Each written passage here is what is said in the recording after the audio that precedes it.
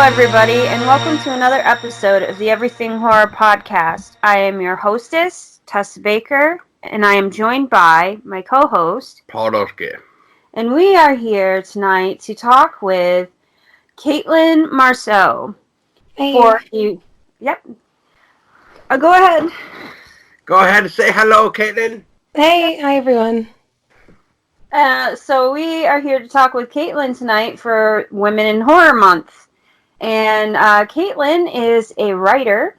Spooky writer. A spooky writer. Woo! We were just looking over all of your various publications. Collection.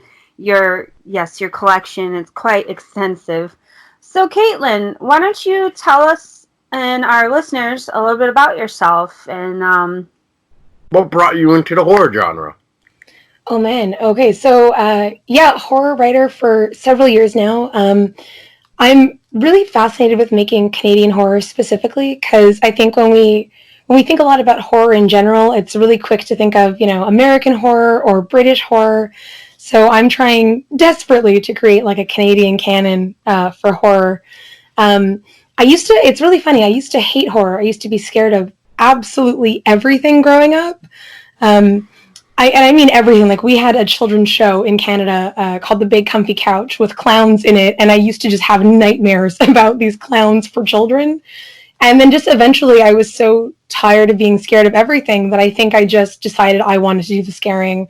And that's kind of how I got weirdly into horror. I just became fascinated and obsessed with making everyone else more afraid than I was. Well, yeah. That's actually a really awesome story. I like that. Thanks. So, Caitlin, when it came to your writing, because you said mainly everything scared you at the time, and then you wanted to pretty much make the scariness come to us, like, your audience of reading and stuff. What actually triggered you to begin to really want to start writing your tales?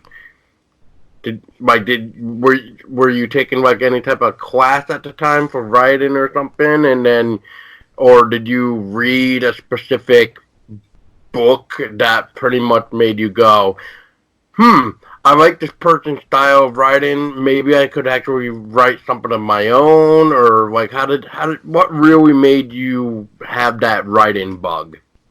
So I've been wanting to write since I was younger. I didn't necessarily know that it was going to be in horror at first. I used to be absolutely enthralled with Tamora Pierce, and she was a young adult. Well, she still is a young adult fantasy author.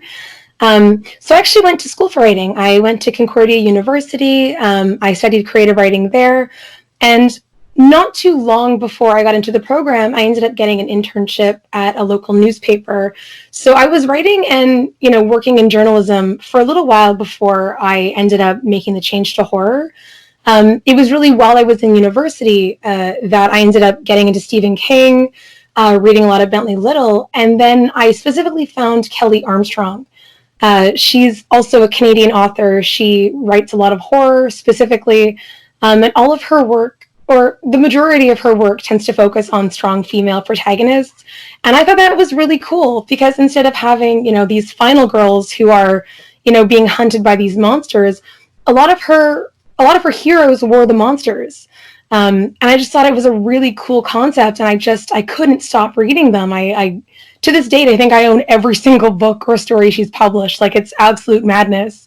And that was really the inspiration to be like, okay, if she can create this amazing dynamic world with such rich and relatable characters, then there's no reason that I also couldn't get into this too.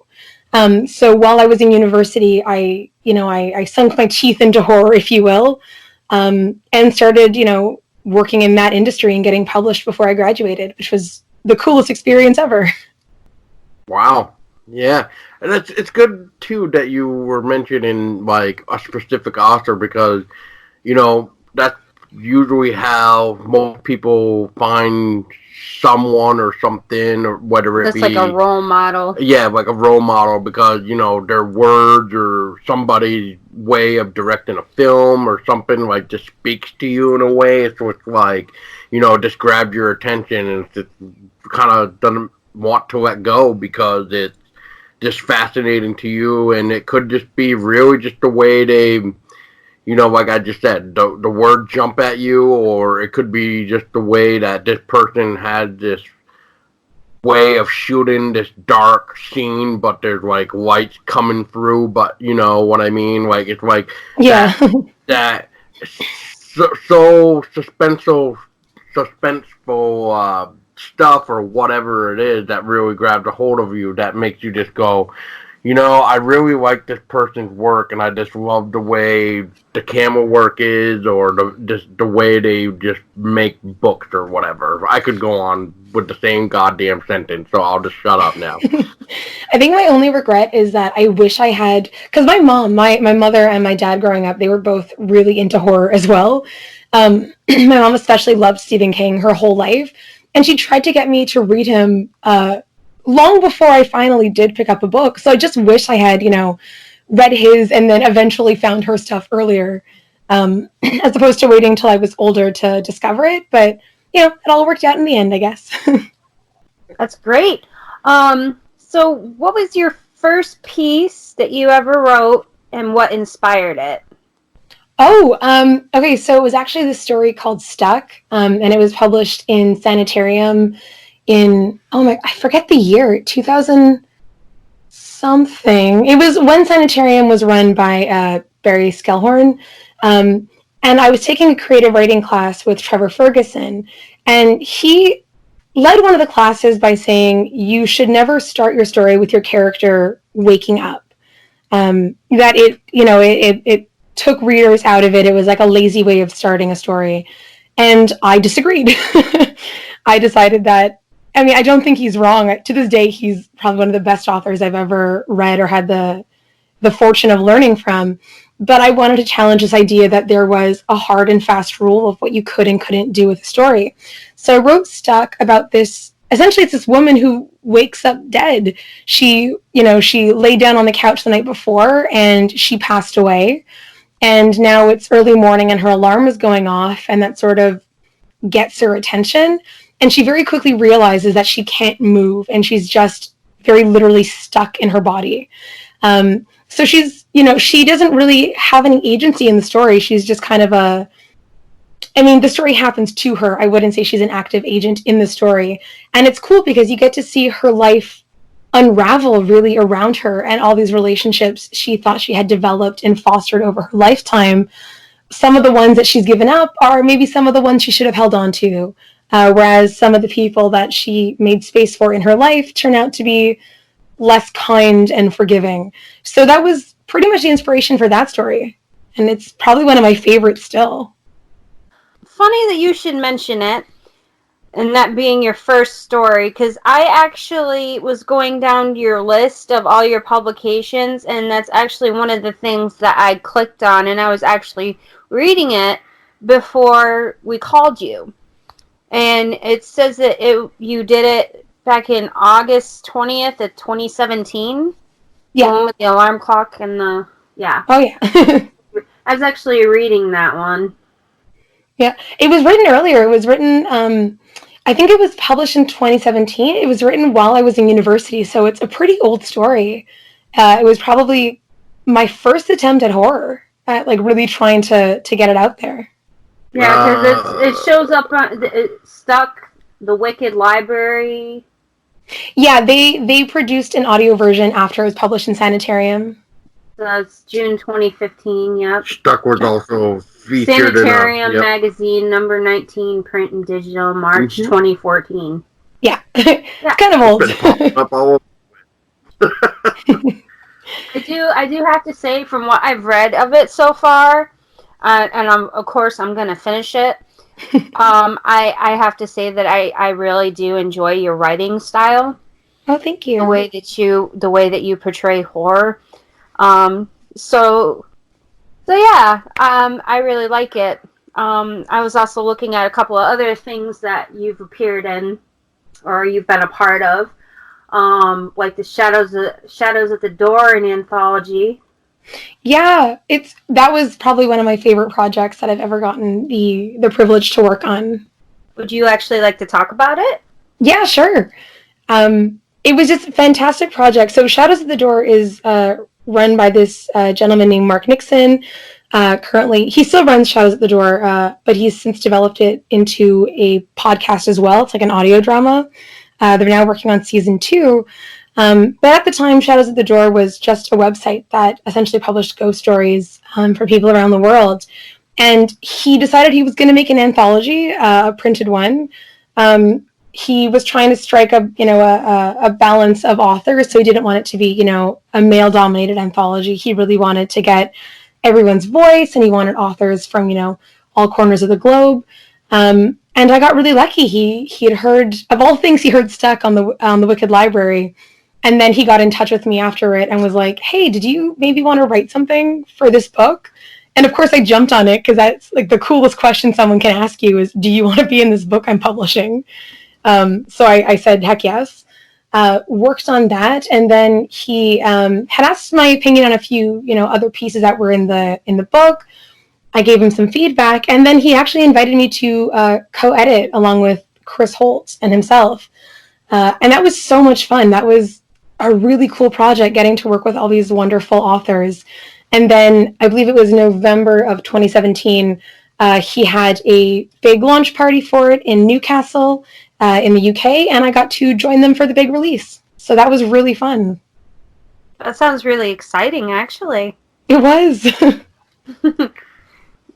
Yeah, it looks like you actually had a few titles, actually, for Shadows at the Door, because at first I thought we were talking about Run, and then I'm looking down your list again, and I'm like, oh, wait a minute. I see one called Infected. I see another one called Hunger, and I see another one like Run, and then I think there was another one too. So clearly, was this? I can't really quite tell from the list, but was it like a monthly anthology thing that was being published, or no? So there was a website that would print horror, like ghost stories and horror stories. So Infected and Hunger, as well as Stuck, had first appeared in like the early issues of Sanitarium. So I think it was 1921 and then like 23 or 25 that they all came out back in 2014 or 15. And then later they were reprinted on the website Shadows at the Door. And then when I got invited to do the print anthology, I wrote an original story called Run that had only been published there. And to this day, I haven't, let it be published anywhere else because it was just for that project. And that was a really, really fun story to write. It takes place in like the 60s in Montreal in a neighborhood called Point St. Charles, where my father grew up. So it was really, really cool getting to go through the history and his experiences growing up in that area and kind of, combing through his own personal adventures for inspiration on a story that I wanted to write there.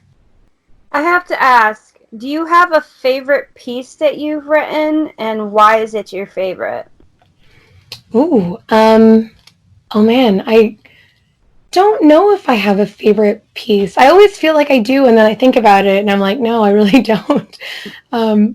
I liked Run. It was a fun experience to write that story, especially because I did get to, learn a bit more about my dad and the neighborhood and, a bit of Montreal history, which was really cool.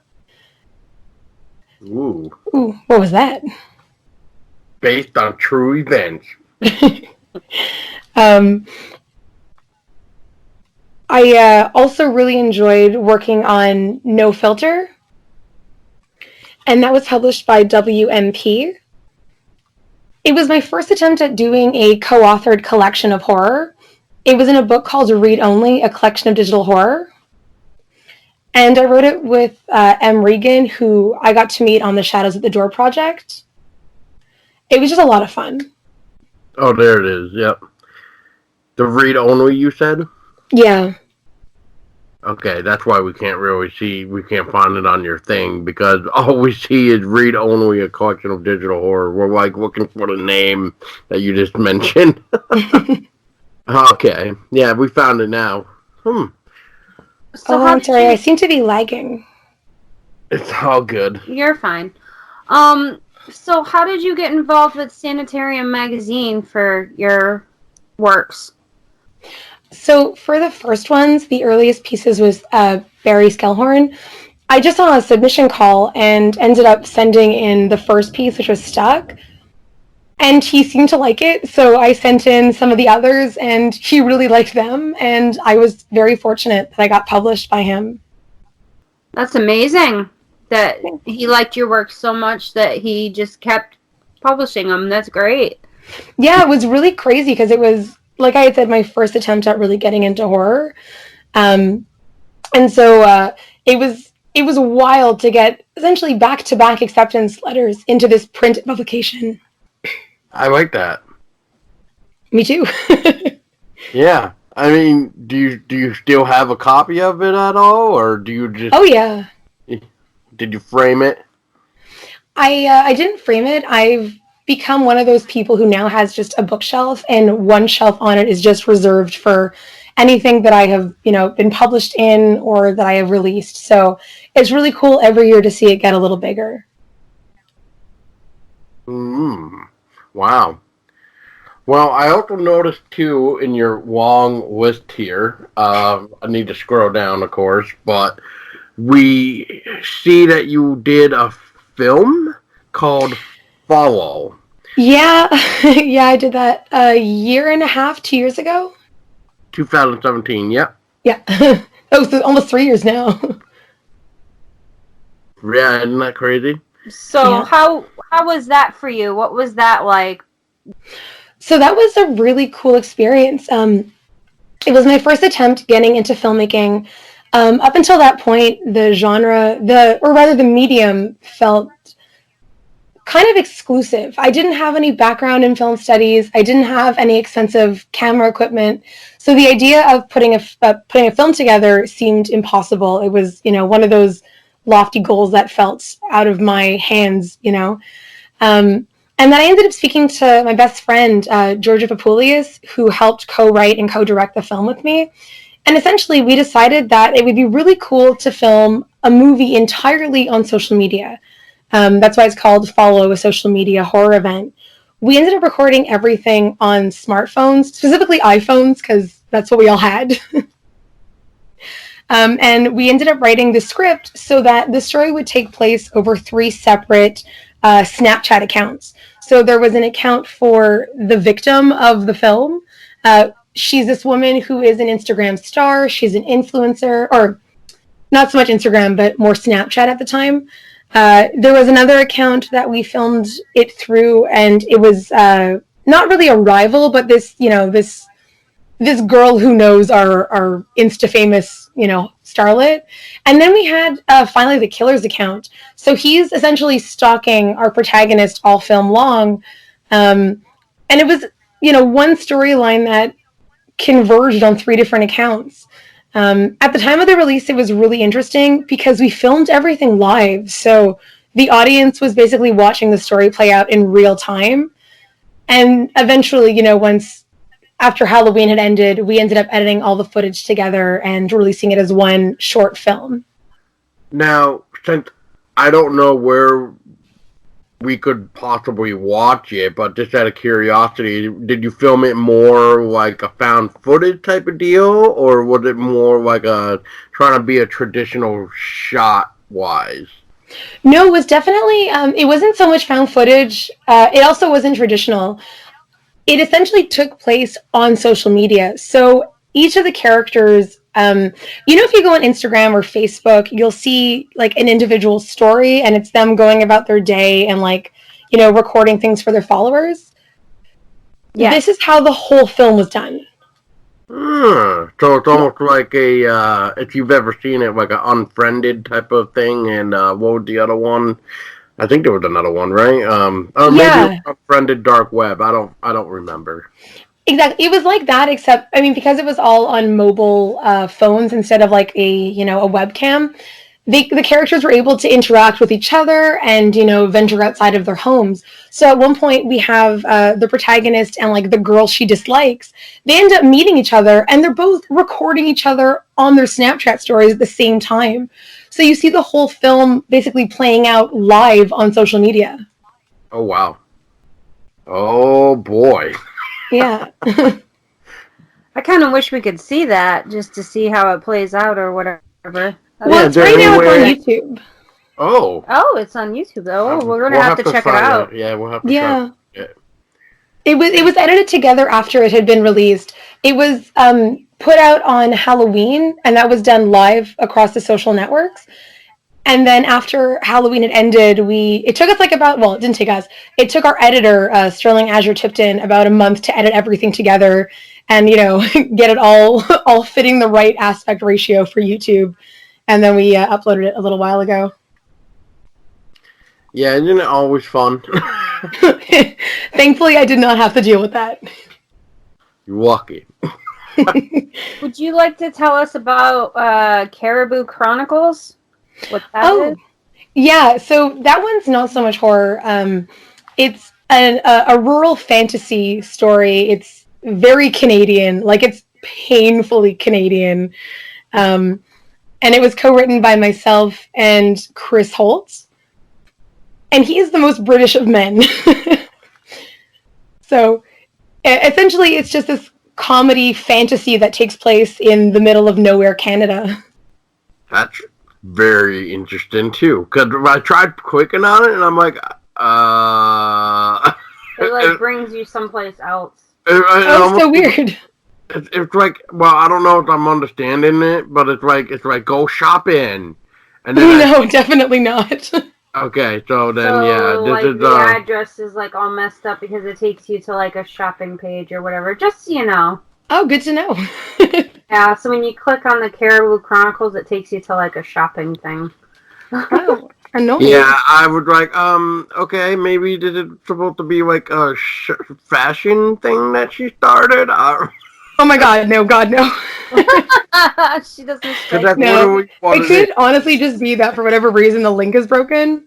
But it's a book that's on Amazon. Okay. I have to look it up on Amazon then. Yeah, we'll have to do that then.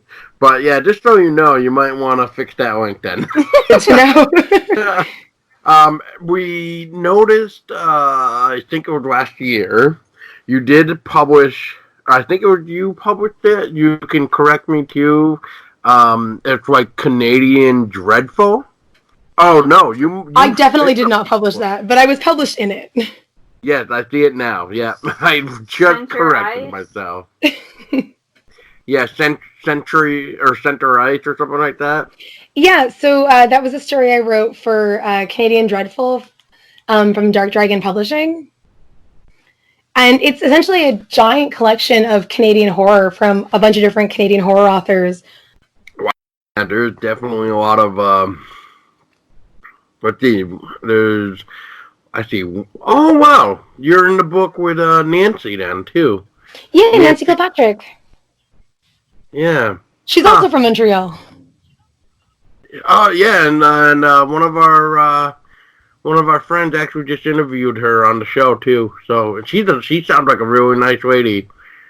And, wow. Yeah, I'll have to check this out now, too. Jeez, books, I swear. Yeah, we have an ever-growing horror library. So let me ask you this then, Caitlin. Are you gonna publish your own stories in a book? Ooh, that's actually a really good question. I don't know. I have a collection that I'm working on right now, but I don't want to self-publish. That's so much work.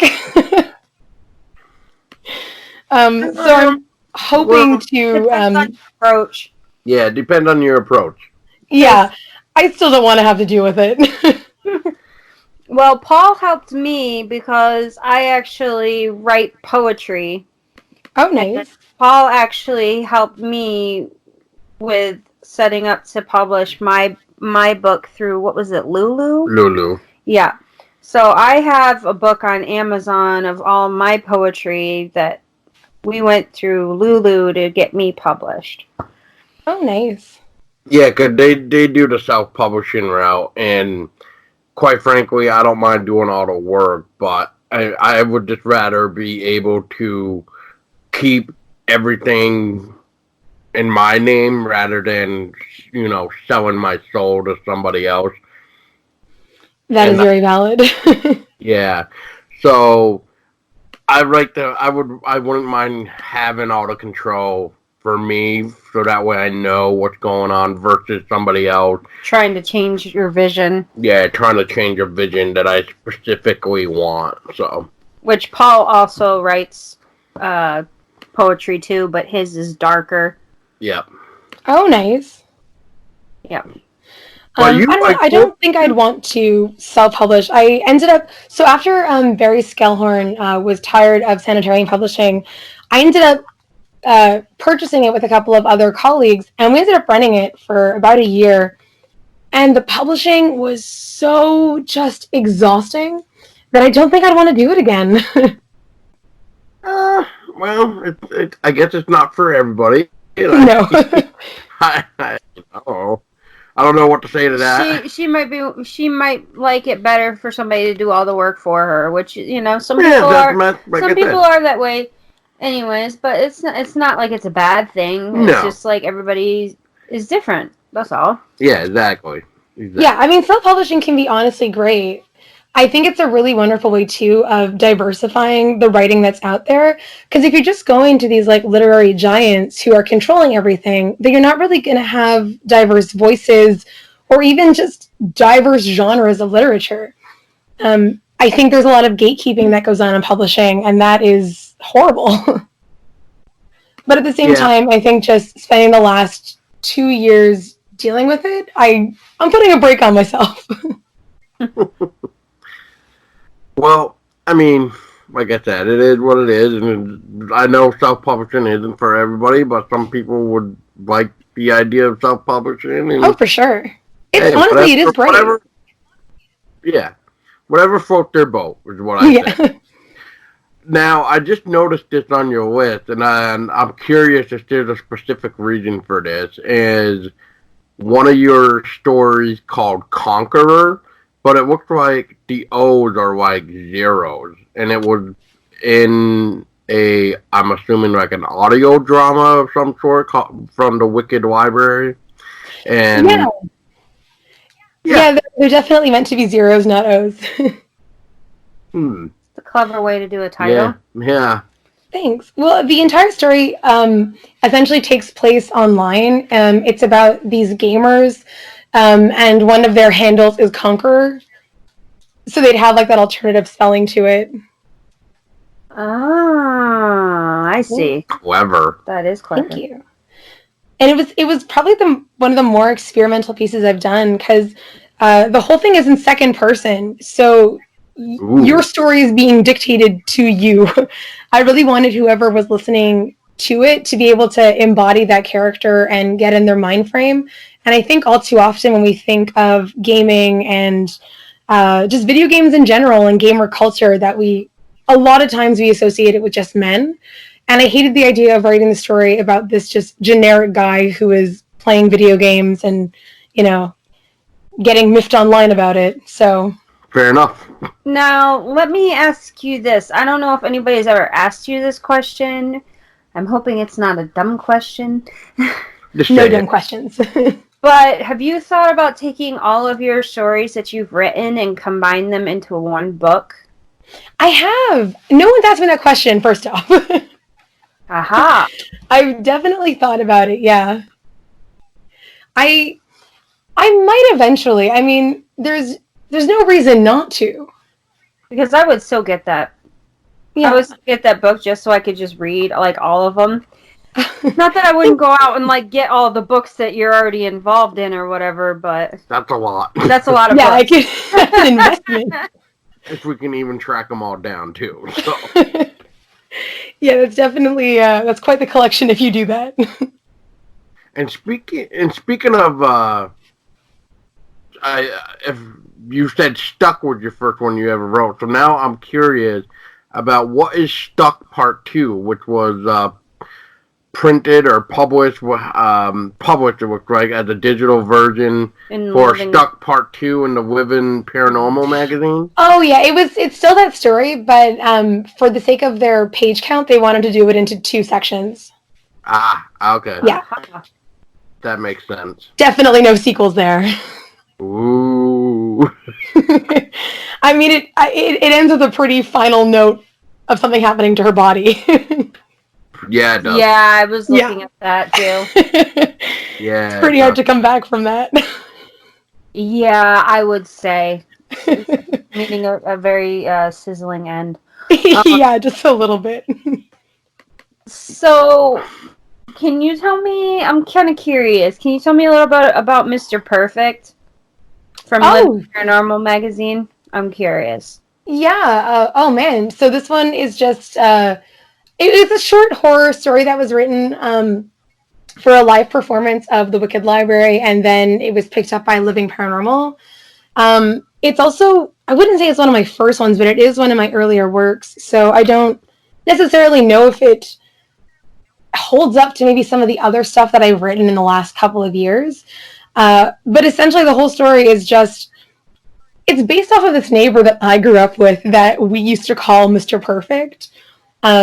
He was determined to have the best yard, the best lawn in the back, the best front door painting. Like, it was nuts, this man. So that's kind of what this story is about. Oh, so he's like he's got like wicked OCD, has to be a perfectionist. Everything has to be a certain way type of deal. Yeah, like he's one of those finicky neighbors that you don't want to move next to. Like, he'll raise your property value, but he'll make your life hell. Yeah, not my cup of tea. No. We were so happy when he moved away. Hey, can we all say barbecue tomorrow? It'll be the next door. It'll be in the backyard. Yeah. Okay, I see another one I'm curious about. Full Moon Run. You had it published in Sanitarium magazine? Yeah, it's one of my older pieces and probably the only poem that I've ever had published. Really? Wow. Yeah. It's this big experiment in form poetry. So the whole thing is about this person who's, they're a werewolf, so they're transforming during the full moon. And so the form of the poem itself, the words, the spacing, all of that is supposed to reflect their physical and mental journey during this time. Oh, wow. Yeah.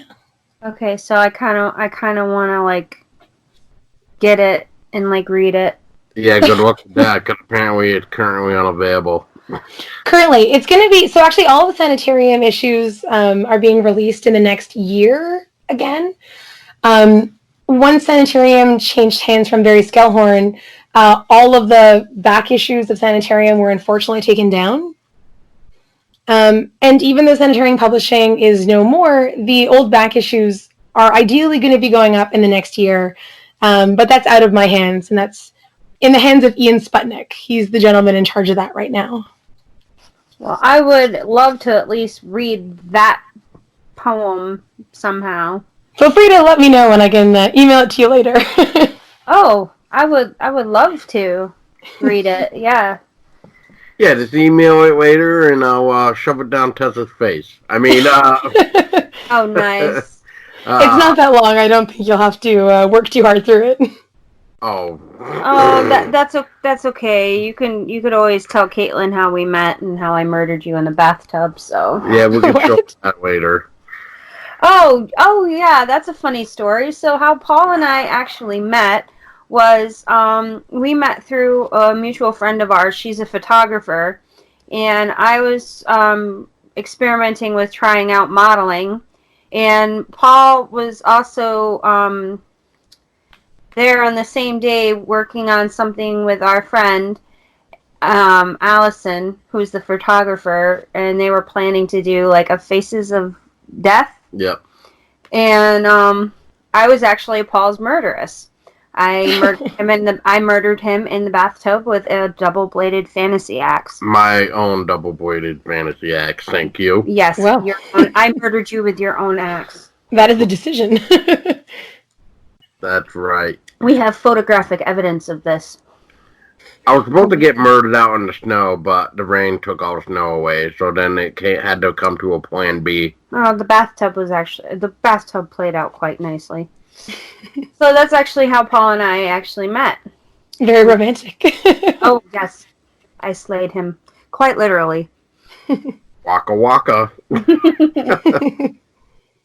Yes, that was an interesting day for sure. Yes. And I'm going to say, I'm sorry, listeners, that you've already heard the story probably a few episodes back, but it's okay. We wanted Caitlin to kind of hear a little bit of our backstory of. So, Caitlin, my question to you now is, what's going on with you currently? Are you writing anything? Do you want to write another film to do? What can we expect for you in 2020? Oh man, so 2020 has already been kind of a wild year. Other than being a writer, I actually am a tattoo apprentice. So I've been kind of doing that for a while now. And getting more and more into art and trying to experiment with horror in general, I've kind of set my sights on possibly writing a graphic novel this year. No idea if I'll be finished it this year, but I definitely want to dabble in that.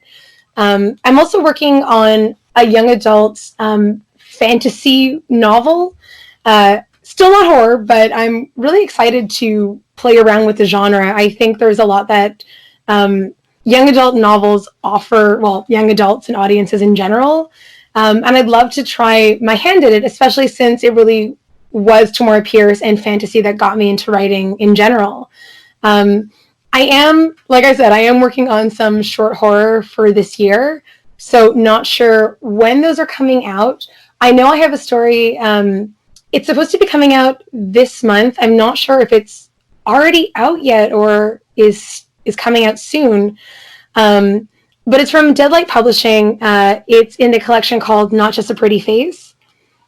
And I'm really excited for that one. It's one of my favorite stories.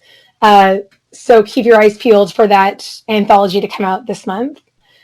And a really exciting project that I'm working on that I cannot wait to release is actually a podcast called Fedorable. It is nothing to do with horror. It is not remotely related to that. But it's going to be looking at essentially different kinds of online cultures and cultures in nerd spaces and their interactions with women. And that should be coming out later this spring. It's with a really wonderful co-host. I'm not going to give his name out just yet in case he's keeping that under wraps for now. But you could essentially find the profile on Instagram at neckbeardfancy. Ooh. I'm quite intrigued by all of this, and I can't wait to see what you come up with. Thank you. And speaking of which, for the listener too, Caitlin, is where can people keep up to date with everything that's going on that is coming out and want to know future updates and whatnot? There's always my website, caitlinmarceau.ca, but I would be lying if I said I updated that as often as I should. Your best bet is to follow me on social media. I'm really active on Facebook and Instagram, somewhat on Twitter, and my handle is just my full name, so just Caitlin Marceau. That's easy enough then, and I'll make sure to have the links for the episode note down below so people can just click on them and find you that way. And if I don't do it, then people, you need to just get on me and say, hey, the links are not there, what the hell? And I'll be like, oh, I am so sorry. Let me fix this right now. It's pretty easy to find me, honestly. If you just hit me up in Google, I think I'm like the first who pops up. I mean, why not? Easy enough. Yeah. There we go.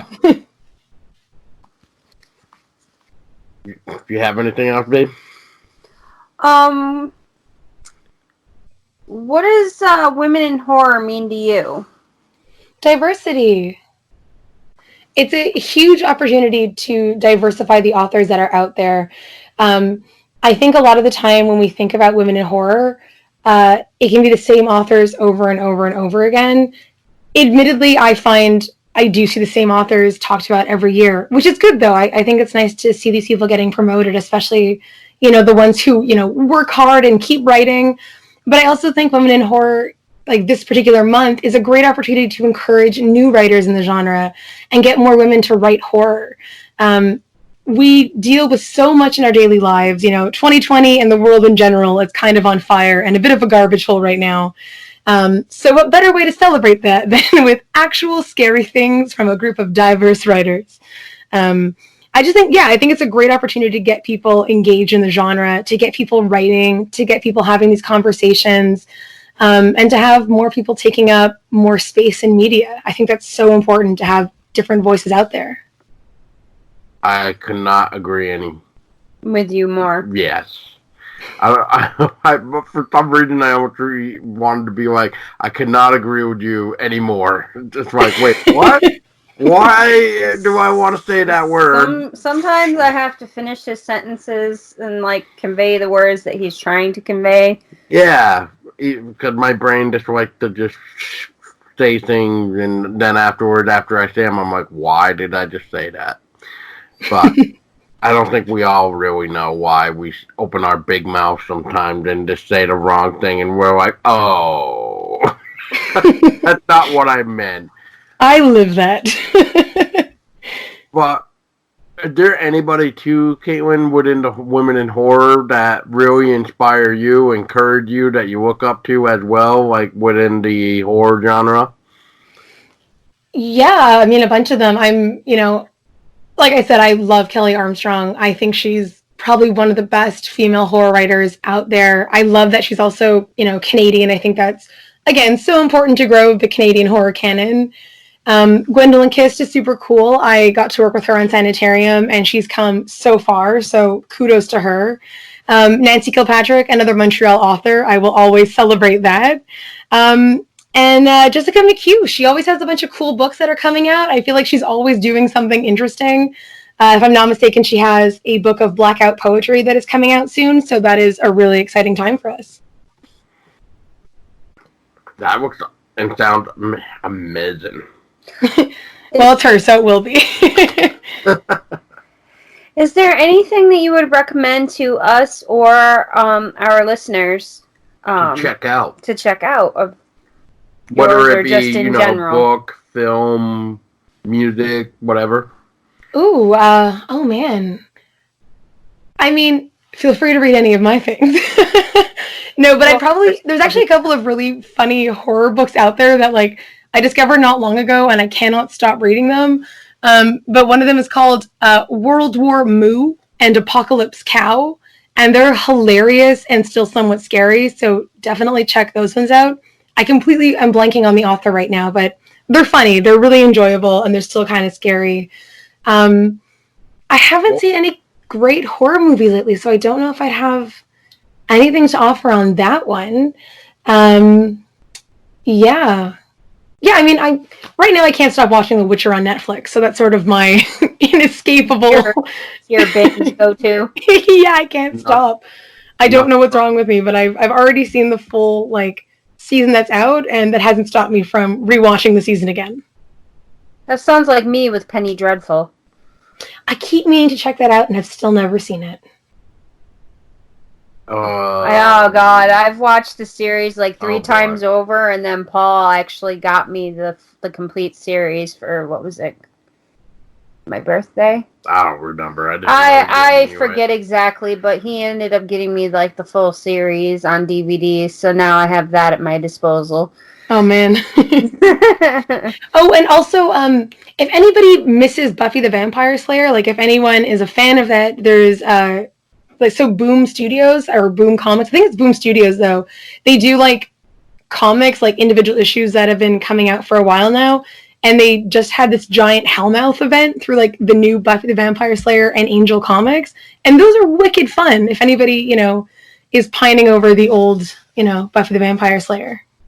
I actually really like them, actually. We actually, I don't know if it was this past year or last year, the year before or whatever, but we actually had a free comic book day thing where I think they did a crossover between Firefly and Buffy the Vampire Slayer. You remember that? Yes. Could we grab a copy of that? That was actually quite interesting. That is so cool. Well, Caitlin, I can't think of anything else, but is there anything that we have not, what you talk about that you would personally would like us to know? No, just tune into Fedorable when it comes out this spring. Yeah, so you hear that? Do it. The spring.